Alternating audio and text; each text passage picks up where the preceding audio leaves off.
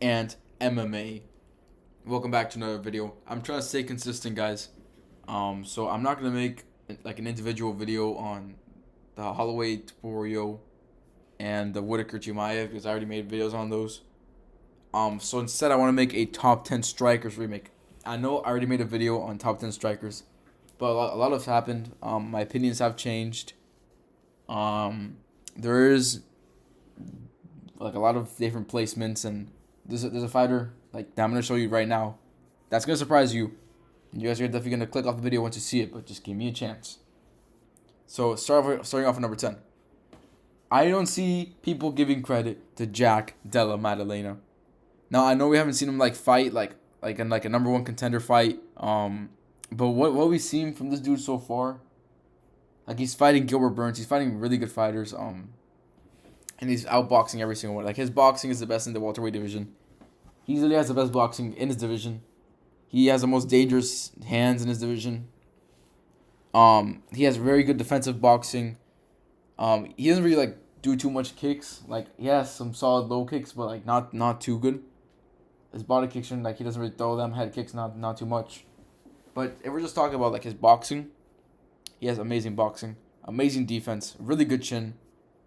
If he's fast on the feet, well, not like MVP fast, but he's still fast on the feet. I'm pretty sure. He's very tough to hit. He's very defensively sound, and very offensively dangerous. I mean, you do not want to be in the pocket with this guy. And also, striking wise, his takedown defense. I'll count that a little bit, not too much, but he has really good takedown defense.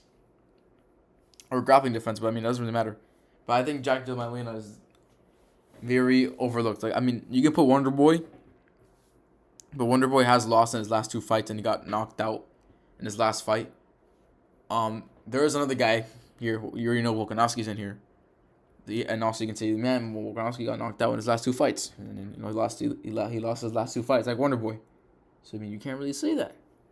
But I can though because Volkanovski is literally a champion. Well, not champion, but he used to be a champion. And he's outstruck the best of the best. He's outstruck or went tit for tat with the best strikers, best fighters in the world. So the quality that Wonder Boy has faced and Volkanovski has faced, they're worlds apart. Volkanovski has clearly proved he can outstrike anybody, defensively, offensively, anything, bro. Volkanovski is very good. But we're talking about Jack Della Maddalena. I'll talk about Volkanovski later. I basically already made my points for Volkanovski, but Jack Della Maddalena, he's amazing. One of my favorite fighters, so there might be some bias.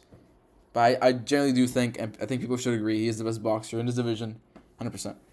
Let's go for number 9. MVP. So welterweight and welterweight. So actually, I can't really say Jack Della Maddalena. Well, I mean, I didn't say he's the best striker. But I do think MVP is the best striker in his division. And the reason, obviously, like I said, I didn't put Wonder Boy. I think Wonder Boy in his next fight, he's going to be kind of slowed down. I think he's going to be way more cautious on the feet. So that's why I can really see it happening. I can see it happening already. But I don't see MVP that way. I think MVP showed in his last fight. I know he lost his last fight against Ian Gary, but I think it should have been a draw, to be honest. He cracked Ian Gary on the feet multiple times. Ian Gary showed a good chin. He did show a good chin. But MVP is quite literally super fast on the feet. He's 36. He's 36, 37. He's very fast. He's probably one of the fastest welterweights, or the fastest welterweight. He's very fast. He can explode. And he explodes he blitzes, but with power. Those things have power. I don't know how Ian Gary ate that shot. That right hand, straight right from MVP. That was a fast, explosive right hand from MVP. That's his classic 1-2 that he freaking blitzes in with speed and stuff, and he has a long reach as well. The MVP, he's very fast. His defense is honestly pretty solid. He doesn't have the hands up defense and stuff, but the head movement, the speed, getting out the way. He's very good with that. I think he has very good kicks. Good, he's very surprising. He's a very surprising striker. And since he fights with like that hands down style and he's bouncing on his feet, like very light on his feet, he's a very unusual striker that you don't know when he's gonna blitz in because he's very fast. So you have to be very aware of that. And I think MVP in a striking battle he can beat any single welterweight. I think maybe Jack Della Maddalena can give him trouble because Jack Della Maddalena fights very tight. Like he's not gonna give you too much openings on the feet. So even if MVP does land on him, I think Jack Della Maddalena's gonna have the chin tucked, hands up. I think it's gonna be hard to land a clean shot on him.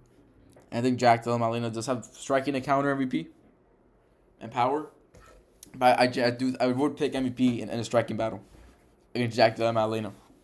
Which, it's a pretty good fight, but obviously it won't happen. Jack Della Maddalena is there. I think he deserved a title shot more than Shavkat, but he was injured, so. And Jack Della Maddalena is active. I know he hasn't fought this year. He has fought once this year. Not that much. But you have to look that he's been injured. It's not like Shavkat. Shavkat has not been injured. Shavkat could have fought Usman. He could have fought like a Hamza when Hamza was still welterweight. He could have fought like so much guys. Maybe like a rematch with Jeff Neal, Ian Gary. Shavkat has a lot of matches that he could have done. And Jack Della Maddalena, he beat Gilbert Burns with a broken arm. And he still TKO'd him. So, I do think, I'm supposed to be talking about MVP. We won't see that fight, but I do think MVP is the best striker in welterweight. Piotr Jan, I was very delusional for not having him in my last list. I don't think I had him in my last list. I had Justin Gaethje after him getting knocked out in my last list. I like Gaethje in there and stuff. That was looking kind of weird. But yeah, Piotr Jan should have shown him respect. I love Piotr Jan. Who doesn't love Piotr Jan? If you don't love Piotr Jan, I think you should just watch boxing or wrestling or something. Or something else. Because you have to love Piotr Jan. That's one of the requirements of going into the UFC. You have to like Piotr Jan. He's the best. He's not, but in our hearts he is very good. He is obviously very good, but in our hearts he's like the GOAT. So his tech. If we're talking about strikers based on pure technique, this guy's probably like number 2 or number 1. He does everything with perfect technique and with good speed, amazing speed. He has good power. Obviously we don't see him get too much knockouts, but he is facing the best strikers and he's facing good wrestlers, so guys who can kind of counter it a little bit. But generally, if you have a pure striking matchup, he basically almost beat O'Malley. I think O'Malley did win. It was very close. You can give it to Piotr Jan. It's one of those fights that can go to anybody. I did think O'Malley won the fight, but that just shows how good Piotr Jan was. Nobody has that close of a striking matchup with O'Malley, except Piotr Jan. I do think Piotr Jan outboxed O'Malley. I just think O'Malley out-kickboxed him. But yeah, man, I think Piotr Jan, his boxing is very crisp. His counters are very crisp. He probably has the best counters in the bantamweight division. Just pure counter, pure boxing counters.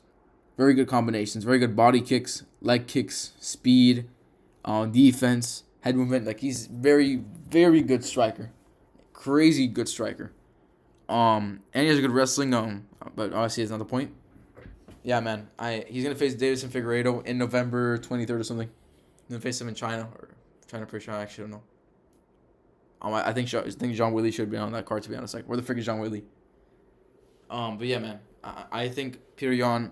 I think he will beat Davison Figueiredo. I'll make predictions. I want to be active on YouTube. I want to be active. I want to definitely be active. And yeah, I will try to make predictions for that fight. I think Piotr Jan will win. This is a 5-rounder. But Davison Figueiredo has power, man. He has nasty power. You drop Cheeto Vera. You drop Cheeto Vera, you can drop anybody. Well, any bantamweight. So yeah, man. But I do think Piotr Jan generally just a complete striker at his finest. Let's go. Okay, guys. So I know people are already clicking off the video, if anybody's even watching the video, but I know people are gonna say, man, the takedown threat. Dustin Poirier outboxed him. Takedown threat. Outstruck Volkanovski in the first fight. Takedown threat. I don't want to be biased. I'm a huge Volkanovski fan, but he did beat Volkanovski in the first fight pretty clearly. I think it was close. I'm not gonna say it wasn't close, but he did beat him clearly, in my opinion. And he outstruck him. I don't care. He outstruck Volkanovski. And Volkanovski doesn't really fight with like a takedown threat. I mean, I don't think Volkanovski really fights with like him being scared of a takedown threat. Volkanovski knows he can hang on the ground. I mean, we saw Volkanovski fight, and he was still blitzing in. He was still throwing the leg kicks. He was still blitzing, jabbing, like all the combos, whatever, like going forward. Volkanovski does not fight with fear of takedowns. And Islam still outstruck him. Volkanovski was arguably like the best striker in the world at that point. He was coming off the Max Holloway dominant win. So I mean, come on. And Islam Makhachev I think Islam Makhachev has the best defensive striker in the world. Best defensive striker. Like it's very hard to even land a clean shot on him. The thing is that when you fight Islam Makhachev, he's like one of those weird guys who like bruise very easily. Bruise very easily. You can land a few jabs on him, like just a few jabs. Just a few little jabs. And then his face will, like his eye will be swollen up. Like there'll be marks on his face. And it's not like he has scar tissue or like too much scar tissue. Like not like that. But he gets bruised very easily. So people think, man, that fight was close, man. Man, Islam was not looking good. But it's bro, like he was looking very good in every single fight. It's just that his skin just like bro, if he was like Khabib, like the Khabib skin, like where like Khabib just can get hit with any shot and he would not bruise at all, then people would be saying this dude's like one of the best strikers in the world. But it's like it's not his fault. He gets bruised easily. I mean he got hit with one elbow by Dustin Poirier, and it looked like Islam took one elbow from Dustin Poirier, and it looked like he went through a 5-round bloodbath war. But but like it was literally just one elbow. And his face was like his face was literally full of blood. Like he was absolute dripping blood. He got hit with one punch in the first 20 seconds, but Dustin Poirier, just one little glancing punch, and his eye started bleeding, bro, from the eye. It was like his eye, like right outside the eye, he started bleeding, got cut. It's crazy.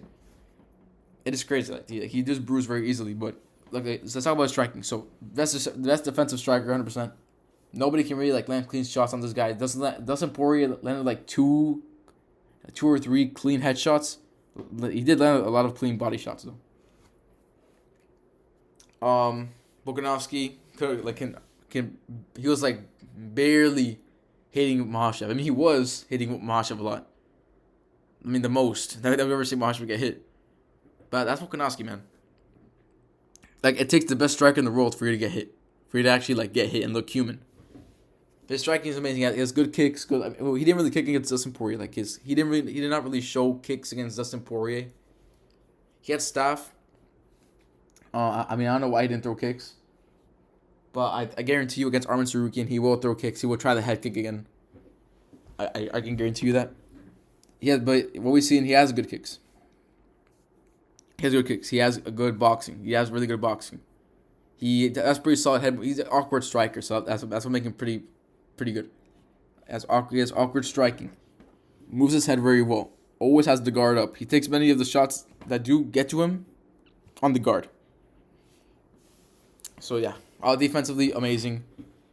Offensively very good. I think he's overall very good striker. Now this one is going to surprise you. Because you guys would probably expect, if anybody would be from heavyweight, it would be Cyril Gane. Cyril Gane has had so much competitive fights with Taito Iwasa. Taito Iwasa. Francis Ngannou, I mean, I'm not gonna like really make fun of that. Ngannou has a lot of power, so you have to be very cautious. Had a very close fight had a pretty close fight striking with Derek Lewis. Bro, Aspinall would fold every single one of them. Maybe, probably not Francis, but Aspinall would low-key fold any of them, bro. He would get Taito Iwasa out of there in about 45 seconds or to a minute.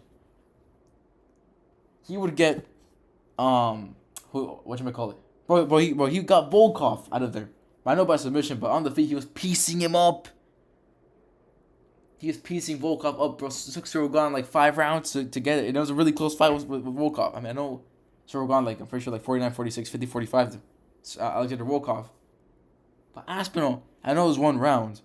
But wow, while that fight was lasting, bro, Aspinall freaking pieced them up, bro. He was freaking landing some clean shots on Volkov.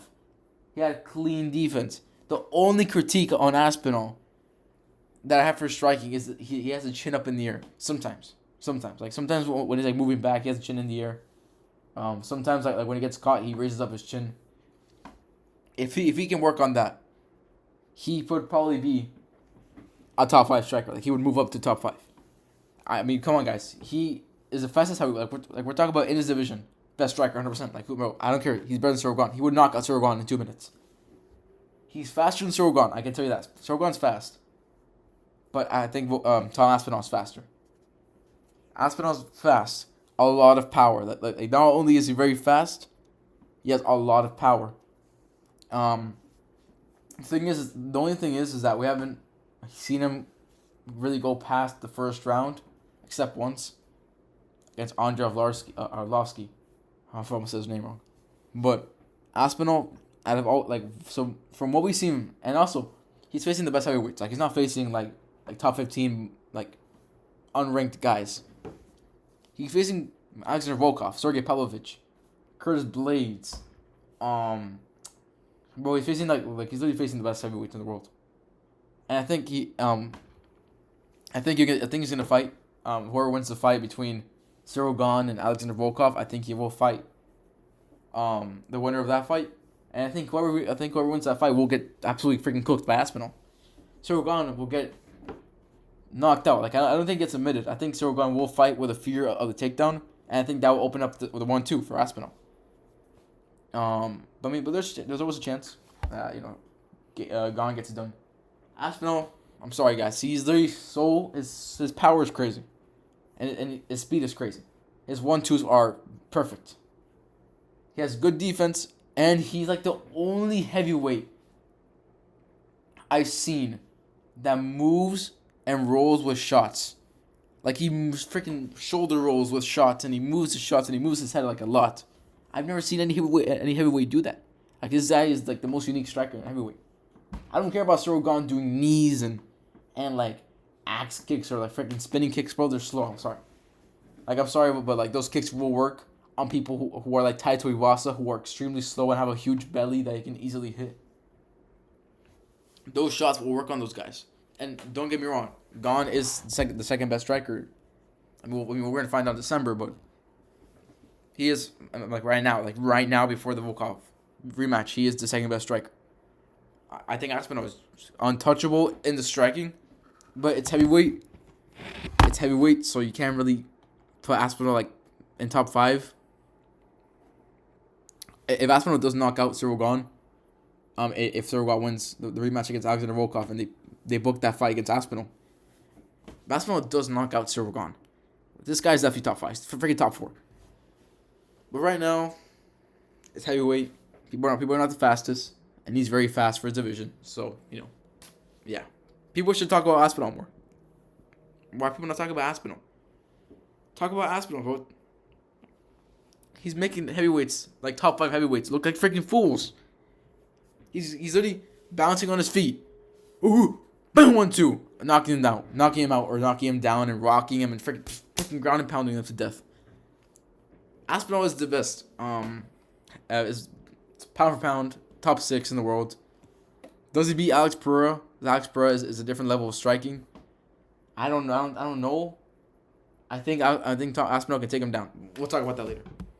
Number 5, Alexander the Great Volkanovski. So I know you guys are gonna think. Ant. My name's Anthony, but whatever. Ant, you were just saying that Wonder Boy cannot be in the top 10 striking because top 10 strikers because he got knocked out twice, man. I mean, he lost twice, and his striking hasn't looked like okay. Doesn't matter, guys. Volkanovski has outstruck Max Holloway 3 times. 3 times. If you can barely outstrike Tyron Woodley, get knocked out cold, or basically almost out cold against Joaquin Buckley. I mean, Joaquin Buckley is good, and he has a lot of power, but still. Volkanovski getting knocked out by Islam Makhachev and Ilia Topuria. He's getting knocked out by the best guys in the world. Last time I checked, Joaquin Buckley, I like him a lot. He's definitely very exciting. He's not one of the best fighters in the world, at least not right now. So I don't understand, man. Like I just don't understand. This dude outstruck Holloway 3 times. He outstruck Topuria while the fight lasted, of course. He went tit for tat with Islam Makhachev. He absolutely demolished, didn't even get touched, absolutely freaking obliterated TKZ. And obliterated Yair Rodriguez and TKO'd him. Well, I know he was wrestling for that, but still TKO'd him. On the feet. Rocked him on the feet. I don't care, bro. This guy's the best striker. I mean, well, not the best striker, but he's one of the best strikers. And if we're talking about 2 years ago, or even 1 year ago, I would still call him the best striker in the UFC. But obviously, those 2 KOs, as you can see, I think I have Volkanovski at number 3. It has bumped it down. For a year ago, this guy was number 1, or at least before the Islam Makhachev fight. Islam Makhachev rematch, he was number 1. In a year, he has suffered 2 KO losses, and we're gonna see him back in February, of next year. He has suffered losses, so that's why I do have to bring him down. But it does not mean he's not. So I think he's still a top 5 striker. And if he beats Diego Lopez, guess what? I'm putting him top 3. Diego Lopez, nobody else strikes Diego Lopez, man. Nobody else strikes Diego Lopez. Who does that to Diego Lopez? Nobody. So we're going to find out. I will be picking Diego Lopez. That's for another day. Okay. Okay. So another photo is low quality. I want to get the photo of Holloway in the gold gloves. Because I don't want to be outdated and stuff. I want to get I want to get the newest photos, guys. Okay. Holloway's number 4. I think Holloway was my number 4, number 5 last time. I think he was still my number 4. So Holloway's still number 4. He's still there. Still number 4. I'm pretty sure he was number 4 or number 5. He's basically in the same spot as last time. My opinion on him has not changed. I do think he will lose his fight to Topuria, but the reason I'm keeping him here is Holloway destroyed Gaethje. And Gaethje is one of the best strikers at lightweight. I don't think Gaethje is one of the best strikers in the world, but in his division he is, and he's probably one of the most dangerous, if not the most dangerous guy in his division. Talk about just Gaethje. Holloway absolutely just killed him. Holloway killed him. You can argue a 50-45 for Holloway before the knockout. Holloway killed him. I know he lost to Dustin Poirier, but it was on short notice, and it was still a close fight. It's a 48-47 for Dustin Poirier. Close fight. He's literally a very good... he outstrikes every single person he faces, unless you're Alexander Volkanovski. He outstrikes all of them, unless you're Alexander Volkanovski and probably Ilia Topuria. He's gonna outstrike Ilia Topuria. I don't think he's gonna win, but I think he's gonna win the rounds. I'm not gonna win the rounds, but he's gonna be winning the rounds until Topuria does something big. Or does something effective. I think Holloway will be outstriking Topuria. I think he's gonna range him and stuff, he'll be rangy and stuff. Holloway will win the rounds. Will be winning the rounds early on the striking. He's the best volume striker in the UFC. Best pure volume striker. He has every single move in the bag. Obviously, his kicks aren't what the frick was that? Wait, I'm gonna get some water, guys. That was freaking crazy. My whistle went out right there.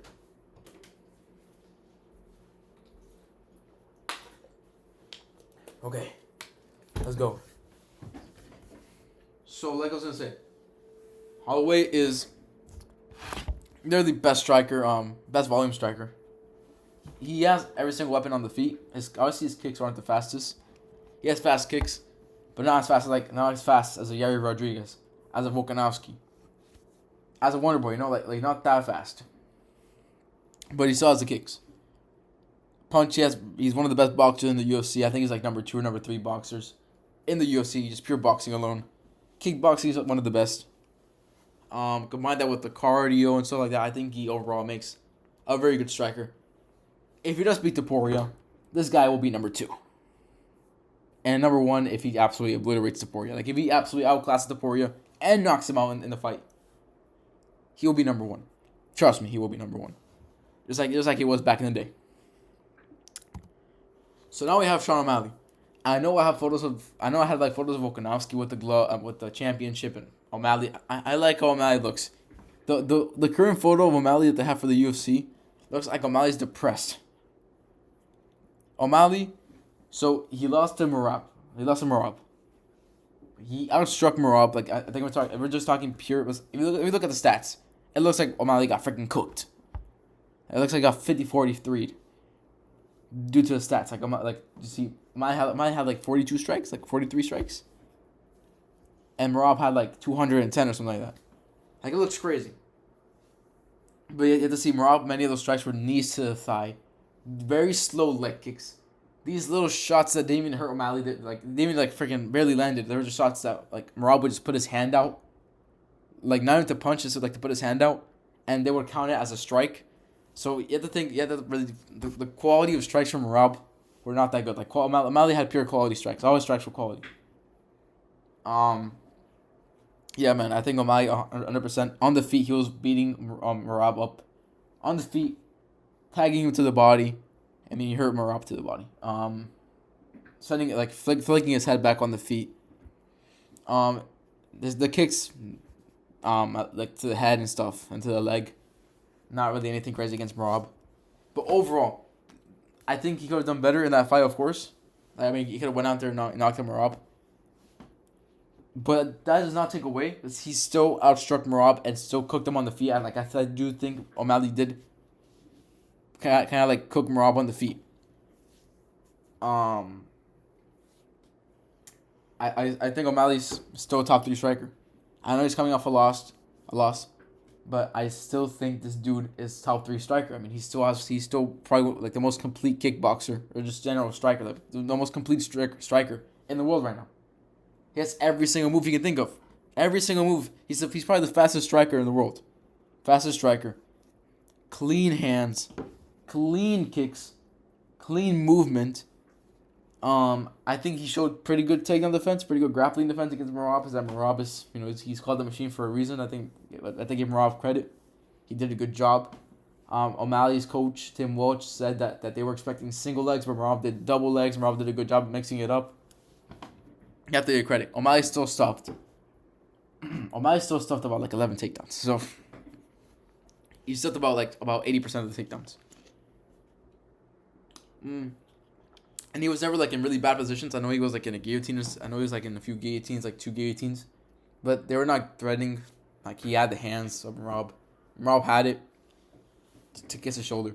Talking about striking, I think O'Malley's still the most complete striker right now. In terms of kicking and striking and stuff like that, he has good power. Yeah, man, I think he's still one of the best strikers. I think if he comes back against Marab in the rematch, I'm pretty sure that's what we're gonna do next. I don't think they're gonna make O'Malley Corey Sandhagen. But Corey Sandhagen is coming off a loss. He was coming off a long layoff and then a pretty dominant loss to Umar Nurmagomedov. I don't think he deserves to get like the number 1 contender. I do not think he deserves to get O'Malley. I think Corey fights down the rankings, and then O'Malley fights maybe the winner of Yan or Figueiredo, or he just gets the rematch. If O'Malley knocks out Marab in the rematch, best believe this guy's going to number 1. Best believe this guy goes to number 1, man.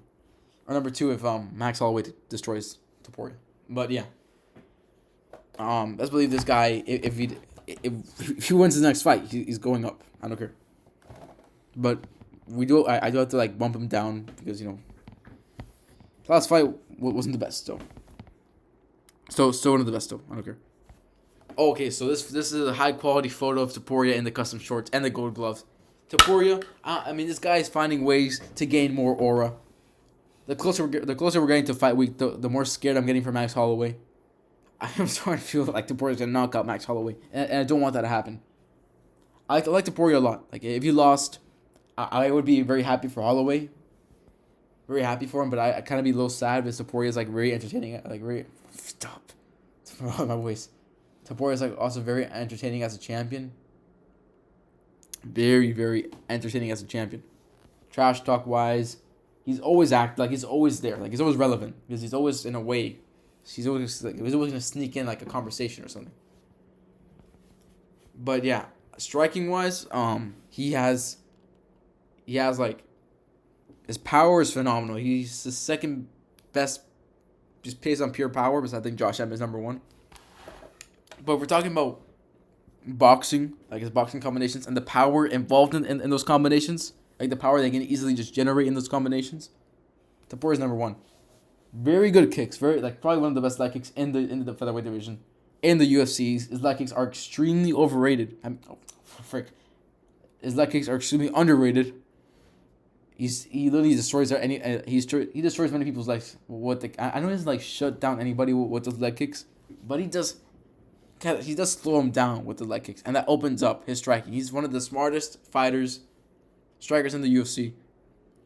He's patient. He has I can guarantee you he does have the cardio to go like 5 rounds with max. Defensively, he's very defensively responsible. Offensively dangerous. Good counter punching. Good rolling with the shots, so taking the impact off the shots. Chin down, hands up. Good body shots, has nasty liver shots. Nasty uppercuts, nasty hooks. He has the best right hook in the game. I don't care what anybody says. He has the best right hook in the UFC. I'm not going to say him in combat sports, right? But I do think he has the best right hook in the UFC. I'm going to drink some water real quick. Best right hook in the UFC. Deadly right hook. I think if he lands that right hook, he landed on Volkanovski, on Max Holloway. I think he can put Holloway down. Maybe the sleeve was that right hook on Volkanovski was freaking dangerous. It was lethal. And yeah, Topuria is the best boxer in the UFC, like 100%. I don't care what anybody says. He's the best boxer. You can't convince me. You cannot convince me otherwise. He is literally the best boxer in the UFC. I don't care. Like his defensively, offensively, rolling with the shots. He's fast. And I know he's like a pretty slow starter. He's not like super high volume. He's like medium, low output. But every shot he throws has deadly intention. He does it with speed, and he throws in combinations. So he literally throws in combinations, and his leg kicks are always there. I think this dude is probably like the best combination of technicality, patience, and like technicality. Wait, let me see it. Patience, technicality, and just dangerous. Like he's like the best combination of all that. You can say Alex Pereira. I'm pretty sure you know where he is now. But yeah, man. I think out of everybody in the UFC, I think patience, technicality, and dangerous ability is Topuria, and the combinations are best. Never seen any boxing combinations like that in the UFC. Max Holloway has been the closest guy to reach those levels of boxing. But Topuria literally looks like a pure boxer out there. Like he looks like a real boxer. Like he looks like he's Gervonta Davis out there. It's crazy. It's actually crazy, bro. But I mean, I think you guys know who's number one. There's one obvious man missing. Shama to Shama. You have Alex Poatan. Shama. Alex Pereira is here, guys. Everybody was saying, he should not be pound for pound number one if he beats Khalil Rountree. But Khalil Rountree, we all expected him to get destroyed. We all expected him to look bad. In that fight against Alex Pereira, he looked like one of the best light heavyweights in the world. He looks like a top 3. He looks like a guy who can smoke Yuri Prohaska, smoke Jamal Hill. Khalil Rountree looked freaking nasty and dangerous. In that fight, he looks very good and he looked extremely fast. But Alex Pereira showed like we all thought, it's not like with his fight against Yuri Prohaska, like he's just gonna obliterate, and he's gonna go for the finish early against like Khalil Rountree. He showed patience. He knew Khalil Rountree was fast. I think he still got surprised, but he was still getting tagged with like a good amount of shots. I think his defense has improved like crazy. Back then, his chin, his freaking voice. I'm sorry, guys. I'm talking a lot right now, so my throat hurts, so my voice will crack.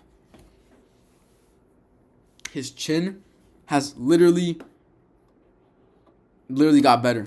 Like his chin has really way better. He has very, very amazing chin. Now, his defense is, I think the biggest improvement he's made is his chin. What am I saying? The biggest improvement he's made has been his defense. His defense has really improved to a whole nother level. Like now he rolls with the shots. He takes the shots off his shoulders. He deflects the shots with his arm, with like his long reach and his height, whatever. Like he's fast too. He's showing a lot of patience now. Like now he knew that they couldn't go for the finish early on Khalil Rountree. Rountree was fast. Rountree was dangerous for 3 rounds, for 4 rounds. I think Khalil Rountree did not have bad cardio. I think the fighting at elevation plate take place, but I don't think that's why Khalil looked tired. It was like because of the jab of Alex Pereira, the leg kicks. He was slowing him down. Khalil felt every single shot. And yes, Khalil was very tough. But Alex Pereira, man. Like, Alex Pereira, man, like, he just showed a whole different level of patience. Used a jab to open up cuts on Khalil Rountree. He used, I feel like I'm kind of sick. He used, leg kicks. I mean, he always uses leg kicks. Like his leg kicks are always dangerous. Like doesn't matter who he faces, he will hit you with the leg kicks. He kind of slowed down Khalil Rountree like a lot with those leg kicks. He couldn't really jab to the body because Rountree is a lot shorter, so it's gonna be like he's gonna put himself right in like in the center line. His side kicks look really fast. Wait, some more water. Head kicks look really fast against Khalil Rountree. Problem is that Rountree can just like duck under. He's so short compared to Alex Pereira. He could have just ducked under, and the head kicks will just whiff completely. And that's why Alex Pereira got some of his kicks caught, and some of them missed and opened up there's like an opening for Rountree. But I still think this guy showed his jab is top tier jab. He has a top tier jab. Jab to the body is amazing. He could have used it in his last fight. We know why. I just told you why. Jab to the body is phenomenal. Still has the best leg kicks in the game, in my opinion. Still has the best leg kicks in the game. Head kicks are super fast. Body kicks, leg kicks, all the kicks are very fast. Obviously, we know he has probably the most dangerous power. Or at least he has the best technique and power combination in the UFC. Best left hook in combat sports. Very good defense now. Good chin. He's literally unbeatable on the feet. He's unbeatable. Like, I thought the only chance somebody would beat this guy was Yuri Prochazka, and I still doubted Yuri Prochazka a lot. I knew Yuri Prochazka was going to get cooked in a rematch, because I think hands down is not going to work. Hands down, chin in the air for Yuri Prochazka. That's not going to work against Alex Pereira. Like, Alex Pereira is going to catch you, bro. It's not going to work. Don't try it. Yeah, man. I think Alex Pereira just showed a whole new level of striking.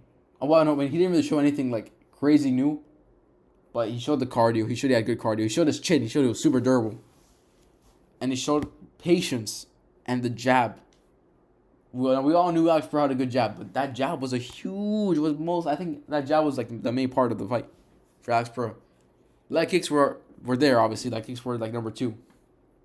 Patience was up there, but the jab. So, hey, man, I think Alex Pereira is the best striker in the world, guys. Thank you guys for watching. Thank you, guys. Bye-bye.